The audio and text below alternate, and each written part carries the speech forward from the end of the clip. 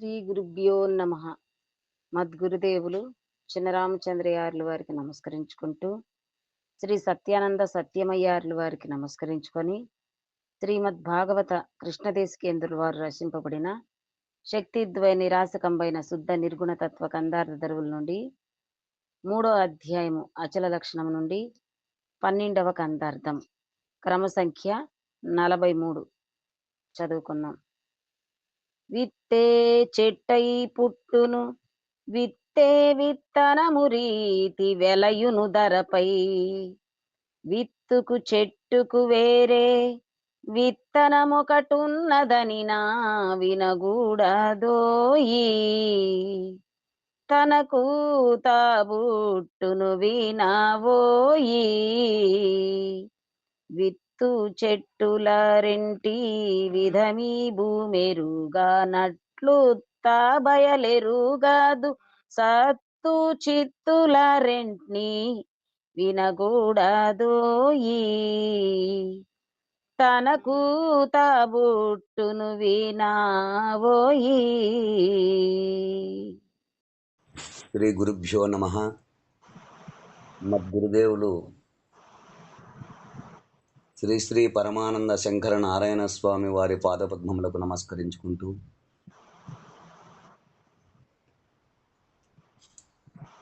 శ్రీమద్ భాగవత కృష్ణదేశికేంద్ర ప్రభువులచే విరచితంబైన శక్తిద్వయ నిరాశకంబైన శుద్ధ నిర్గుణ తత్వ కందార్థ దరువులు 3వ అధ్యాయము అచల లక్షణము నుండి 12వ కందార్థాన్ని విచారించుకుంటున్నాము. అంటే క్రమ సంఖ్య 43.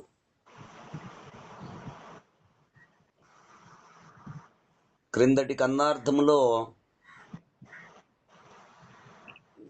ఎరుక వలననే ఏర్పడిన పంచభూతములు ఆ ఎరుకకు అనగా ఈశ్వరాత్మకు పృథ్వీ పాదములుగను, జలము కటి ప్రదేశముగను, అగ్ని హృదయముగను, వాయువు కంఠభాగముగను, ఆకాశము శిరస్సుగను ఏర్పడినది. ఆకాశము ఈశ్వరాత్మకు అంటే ఎరుకకు ఒక అవయవముగా ఏర్పడినది గనుక ఆకాశమును పరిపూర్ణమనరాదు. ఇది మరుగు. ఈ రహస్యము ఎరుగక కొందరు ఆకాశము పరిపూర్ణమనుచు చెప్పుచున్నారు. అది విని పొరపాటు పడదవేమో తనయ, కుమార, శిష్య. గురుదేవా, ఆకాశము పరిపూర్ణము కాదని ఎరుగుము.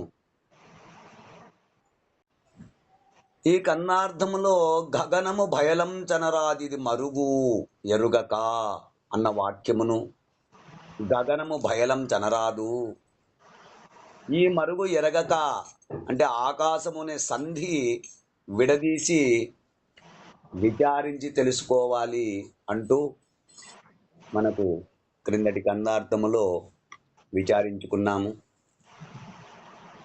ఇక తదుపరి కందార్థము 43 ఎరుక పరిణామము బయలు గుర్తెరుగునా అంటే గుర్తెరగదు. విత్తే చెట్టై పుట్టును, విత్తే విత్తనము రీతి వెలయును ధరపై. విత్తుకు చెట్టుకు వేరే విత్తనమొకటున్నదని నా వినగూడదోయి. తనకుదా బుట్టును వినబోయి. విత్తు చెట్టుల రెంటి విధమీ భూమెరుగా నట్లు బయలెరుగాదు. సత్తు చిత్తుల రెంట్ని వినగూడదోయి. తనకుదా బుట్టును వినబోయి.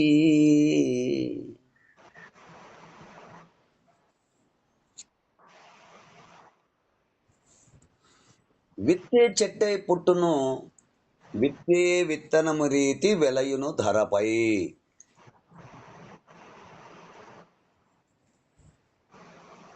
శిష్య, విత్తనమే వృక్షాకృతి వహించును. అవును. ఆ సూక్ష్మ రూపమైన విత్తనము వృక్షాకృతి చెంది తన పరిణామ క్రమములో మరలా విత్తనాకృతిని వహించును. ఆ భూమి ఆధారంతో, అవును. భూమి ఆధారంతో ఆధారంతో విత్తనమే చెట్టగును, మళ్ళీ ఆ విత్తనమే చెట్టు నుండి తిరిగి విత్తనము రీతిగా ఏర్పడుతున్నది. అంటే విత్తనము వలన చెట్టు, చెట్టు వలన విత్తనం ఏర్పడుతున్నవి. ఉమ్. ఈ విత్తుకు చెట్టుకు వేరే విత్తనం ఒకటిన్నదని నా వినకూడదోయి, తనకూదా బుట్టును వినబోయి.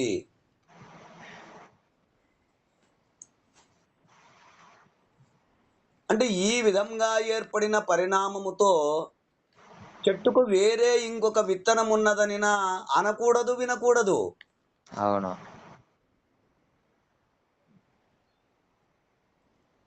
తమకు తాముగా ఒకదానికొకటి కారణాకార్యము కలిగి ఉండును. అంటే ఈ విత్తు చెట్టులకు వేరే మరొక మూలము ఉన్నది అను మాట వినకూడదని. ఉమ్. అనృతము అనగా అసత్యము.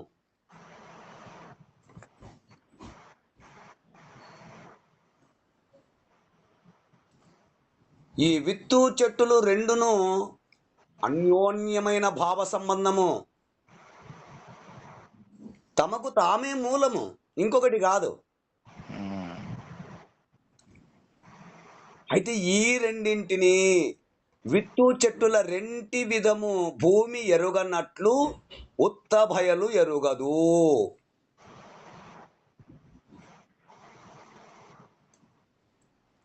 ఈ బీజవృక్ష న్యాయ పరిణామ క్రమము భూమితో ఎట్లు సంబంధపడక జరుగుతున్నదో, అంటే ఈ విత్తు చెట్టులు రెండును భూమి పైనే ఉన్నప్పటికీ, ఆ భూమి పైననే పుడుతూ పెరుగుతూ నశించుతూ ఉన్నప్పటికీ కూడా ఆ భూమి ఆ చెట్టు విత్తును రెండింటిని ఏ విధంగా ఎరగకుండాకున్నదో ఉమ్.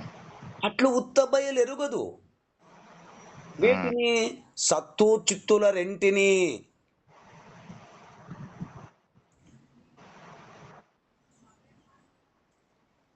అస్వతాసిద్ధమైన పరిపూర్ణము ఈ చిద్రూపమైన ఎరుకను గాని సద్రూపమైన బ్రహ్మాండముల యొక్క పరిణామమును గుర్తించదు.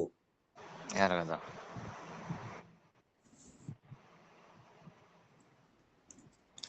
ఆ భూమి వాటి సంగతి ఎరగనట్లు ఈ భూమి కారణాకార్యములు కానిది. ఉమ్. అట్లే ఉత్త బట్ట బయలు పరిపూర్ణము సత్తు అనగా ఎరుక, చిత్తు అనగా జగత్తు. ఈ రెంటిని ఎంత మాత్రము ఎరుగదు. కారణం కాదని తెలియము. ఈ రెండింటికి కారణము కాదు. ఈ విత్తనము సూక్ష్మ రూపము, చెట్టు స్థూల రూపము. రూపం. విత్తనము సూక్ష్మ రూపము, చెట్టు స్థూల రూపము. ఈ రెండును ఒక్కటే, కానీ రెండు కాదు. సూక్ష్మ బుద్ధితో గుర్తించవలెను, ఎరుగవలెను. చెట్టు వంటిది జగత్తు, విత్తనము వంటిది అఖండ ఎరుక అనగా మూల ప్రకృతి. ఉమ్. సత్తు అనగా ఎరుక, చిత్తు అనగా జగత్తు. ఎరుకయే ఎరుక జగత్తులుగా రూపొందుతున్నది. అవును. ఈ రెంటికి మూలము తమకు తామే కానీ మరొక మూలము ఏం లేదు.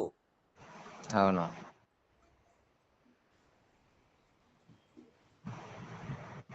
ఈ చెట్టు విత్తనముల సంగతికి భూమికి ఎంత మాత్రము తెలియదు, మూలము కాదు. అట్లే ఎరుక జగత్తులు సత్తు చిత్తుల రెంటికి పరిపూర్ణము ఎంత మాత్రము కారణము కాదు. వాటి సంగతి పరిపూర్ణమునకు ఎంత మాత్రము తెలియదని భావము. అవును. ఇంకా కొంతమంది ప్రశ్నిస్తుంటారు, ఏమని అంటే విత్తు ముందా చెట్టు ముందా? ఇది ఎంతో పాత ప్రశ్న. ఎంత పాత ప్రశ్ననో అంత కొంటె ప్రశ్న కూడా. ఉమ్. ఇంకా కొందరు గుడ్డు ముందా కోడి ముందా? కోడి ముందంటే గుడ్డు ముందు అంటాడు, గుడ్డు ముందంటే కోడి ముందు అంటాడు. గుడ్డు లేనిది కోడి ఎట్లొచ్చింది, కోడి లేనిది గుడ్డు ఎట్లొచ్చింది అంటాడు. అట్లనే విత్తనం ముందంటే చెట్టు లేని విత్తనం ఎట్లొచ్చింది, చెట్టు లేకపోతే విత్తనం ఎట్లొచ్చింది అనేది ఇది వాదం, తర్కవాదం. ఎంత పాత ప్రశ్న అంటే అంత కొంటె ప్రశ్న. ఈ ప్రశ్న చిరకాలము నుంచి తరతరాలుగా ఈ ప్రశ్న అడుగుతూనే ఉన్నారు కదా. ఇది మనకు నిజముగా పాత ప్రశ్నే. విత్తు ముందని చెప్తే అంతకు పూర్వము చెట్టు లేకపోతే విత్తనం ఎక్కడి నుంచి వస్తుంది అంటాడు ఒకడు. చెట్టు ముందని చెబితే విత్తనము లేనిదే చెట్టు ఎక్కడి నుంచి వస్తుంది అంటాడు. కనుక ఇది కొంటె ప్రశ్నే కదా. అవును. అవును నాయన. ఆ జవాబు చెప్పిన వాడు బిత్తరపోయి అయితే నీవే చెప్పు అనడము, అడిగిన వాడు ఈ ప్రశ్నకు సరైన జవాబు చెప్పుడు. జవాబు నాకు తెలుసన్నట్లుగా నటిస్తాడు.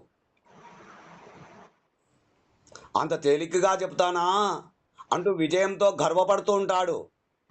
ఉమ్. సాధారణంగా వాడికి తెలియకపోయినా తెలిసినట్టు నటిస్తూ ఉంటాడని మనము చూస్తూనే ఉంటాము. అవును.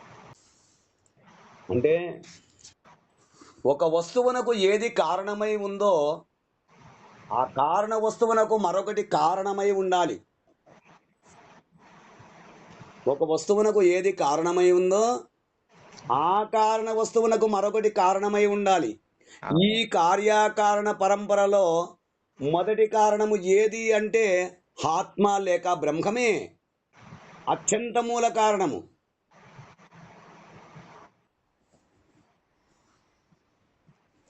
దానికి మాత్రం కారణం ఉండవద్దా అంటే పిల్లకు తల్లి కారణం, ఆ తల్లికి మళ్ళీ పిల్ల కారణం అన్నట్టుగా తల్లి ఉండడము సహజమే కదా. సహజమే. అంటే బ్రహ్మము అనాది, అది స్వయంభూ,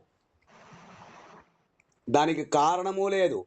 ఆ బ్రహ్మమునకు కారణము అడగరాదు.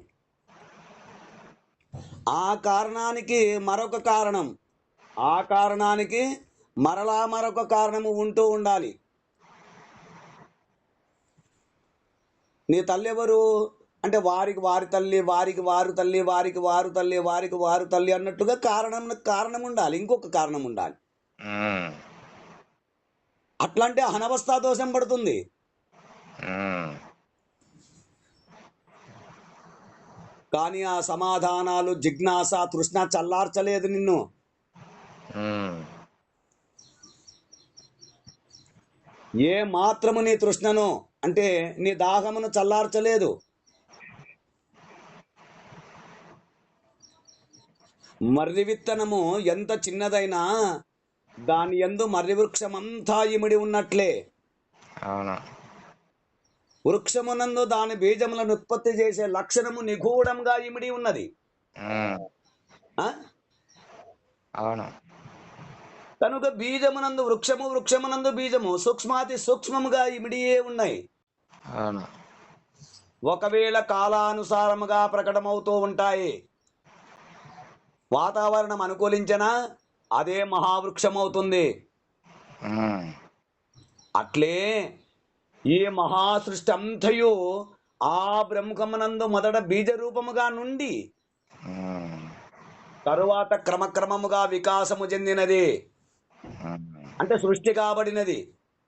అవును. ఈ జగజ్జీవేశ్వరుల యందు ఆ బ్రహ్మము లేక ఆత్మ సూక్ష్మ రూపకములో వ్యాపకమయ్యే ఉన్నది. ఉమ్. ఆత్మ నుంచే జగజ్జీవేశ్వరులు కలిగిరనే భావము అవును. ఆ భావవాదులు అంటున్నారు. అది సరికాదు. బిడ్డ యొక్క శరీరము స్థూల రూపముగా కలిగినది, దాని యందు క్రమక్రమముగా తెలివి రూపముగా జ్ఞానము వికాసము చెందినది భౌతికవాదులు అంటున్నారు. మొదటనున్నది జడ రూపముగు ప్రకృతి, లేక జ్ఞాన రూపమగు పురుషుడా? ఆ ప్రశ్న కూడా విత్తు ముందా చెట్టు ముందా కే సమాధానం ఆ ప్రశ్న వంటిదే. అందుకే శ్రీమద్ భాగవత కృష్ణ దేశికేంద్ర ప్రభువులు విత్తే చెట్టై పుట్టును, విత్తే విత్తనము రీతి వెలయును ధరపై, విత్తుకు చెట్టుకు వేరే విత్తనం ఒకటిన్నదని నా వినకూడదో అని సెలవిచ్చారు. అవును. మేనెరుకలు రెంటిలో దానిని ఇది దీని నదియు తగసృజయించున్, మేనెరుకలివియు మూలము లేనిదే సృజనయ్యననుచు లేనే లేవంటి, అంటే తప్పు లేనే లేదంటి. ఉమ్. మేనెరుకలు ఇప్పుడు దేన్నందున్నవో చూచి లేని మేనెరుకలా లేనివనుచు నమ్ము లేనే లేవంటి, అంటే తప్పు లేనే లేదంటూ అంటూ సెలవిచ్చినారు. ఉమ్. మేను వలన ఎరుక, ఎరుక వలన మేను, ఒకదాని వలన మరొకటి ఉనికిని కలిగించుటచే ఉన్నవని భావించబడుతున్నవి. ఉమ్. ఈ మేను ఎరుకల రెండింటికి మూలము ఏదియూ లేదు. ఒకదానికి మరొకటి మూలము, వేరుగా మూలము ఏమీ లేదు. కనుక ఇవి లేవని ఆకలి రుచులు స్పష్టంగా తెలుపుతున్నారు. ఉమ్. జగము వలన సంకల్పము జగమా సంకల్పమునను జనించును, వేరగుపడదు. ఉమ్. జన్మ మందిర మగుపడదు ఎడబాసి నిలవ ఆ రెండెన్నిటికి భయలును గని నీవి రెండెన్నటికి ఇక తలచబోకు. ఇవి పుట్టుడుల్లక్కి మృగజల మగుపడ్డ మిథ్యం చెరగిన మాడికి ఆ రెండెన్నటికి భయలును గని నీవి రెండెన్నటికి అని సెలవిచ్చారు. అంటే జగము వలన సంకల్పము, సంకల్పం వలననే జగము జనించును. అంటే జగత్తు వలన సంకల్పం ఏర్పడుతున్నది, సంకల్పము చేతనే జగత్తు తోస్తూ ఉన్నది. ఈ రెంటికి వేరే మూలము పుట్టుకకు స్థానము ఏదియును లేదు. లేదు. అయితే ఈ రెంటిలో ఏది ముందు? ఈ ప్రశ్న ఎటువంటిది అన్నారంటే, బెల్లం ముందా, దాని ఎందలి తీపి ముందా అన్న ప్రశ్న వంటిదే. అవును. బెల్లపు గడ్డే లేనిచో తీపి నిలుచుటకు ఆధారం లేదు కదా. లేదు. తీపి లేని బెల్లం ముక్కను బెడ్డు ముక్క అని అనాలి గాని బెల్లపు ముక్క అని అనము కదా. అవును. ఈ బెల్లము తీపి ఈ రెండింటికి అవినాభావ సంబంధము కలిగి విడదీయరానివై ఉన్నట్లే అవును. ఈ ఎరుక జగములు పురుష ప్రకృతులు హోతప్రోతమై పడుగు పేకవలే ఉన్నవి. ఉమ్. కనుక విత్తు ముందని చెట్టు ముందని చెప్పరానట్లే ఇందులో ఏది ముందని చెప్పరాదు. ఇందులో ఏది ముందని ఏది ముందని చెప్పరాదు. గూఢమే మధురము, మధురమే గూఢమగూఢ మధురములలో గొనగొని తొలతన్, బొడమినదేదన సరిగా బొడమిందొకటేగా, రెండు పోయినట్లే కదరా. అవును. తను వెరుకలు ఇట్లా అయినట్టే కదరా. ఉమ్. పొడజూచి బయలు నిప్పుడే మేనెరుకల జోలి విడరా, లేనివి రెండు పెడచో పెట్టక విను, పోయినట్లే కదరా. తను వెరుకలు ఇట్లా అయినట్లే కదరా అంటూ కృష్ణదేశికేంద్రుల వారు సెలవిచ్చారు. అంటే సరిగా రెండు ఒకేసారి పుట్టినవి అని అనవలసిందే. తను వెరుకలు కూడా ఇట్టివేనన్నారు ఉమ్. అంటూ మనకు ఈ కన్నార్థము ద్వారా వివరణను అందిస్తున్నారు. ఈ కన్నార్థ భావాన్ని మీరు కూడా అందుకుంటారని కోరుకుంటూ జై గురుదేవా. జై గురుదేవా. జై గురుదేవ. జై గురుదేవయ్య.